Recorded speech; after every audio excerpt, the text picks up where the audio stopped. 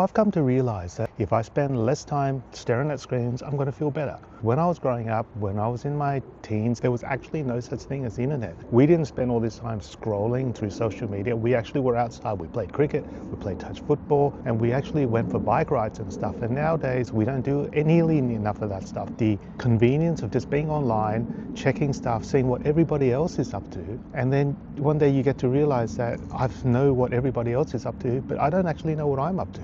And I'm not actually achieving anything in my life. All I'm doing is watching the highlight reels of everybody else, and that stops today. We now have so much ready access to all the news that our day can start off bad because it's just determined by whatever news we see first thing in the morning. No news is ever good news. You don't wake up in a bad mood necessarily. You wake up hoping that today's going to be a good day. You're bombarded with all this news, but yet we have the ability to control that, but we don't. We like checking the news. It's almost like before we grab our spoon for our cereal, before we wash our face, we pick up our phone just to check out what is happening. We all know that this is bad, but yet we continue to do it. It's like we can't help ourselves. It's like it's an addiction.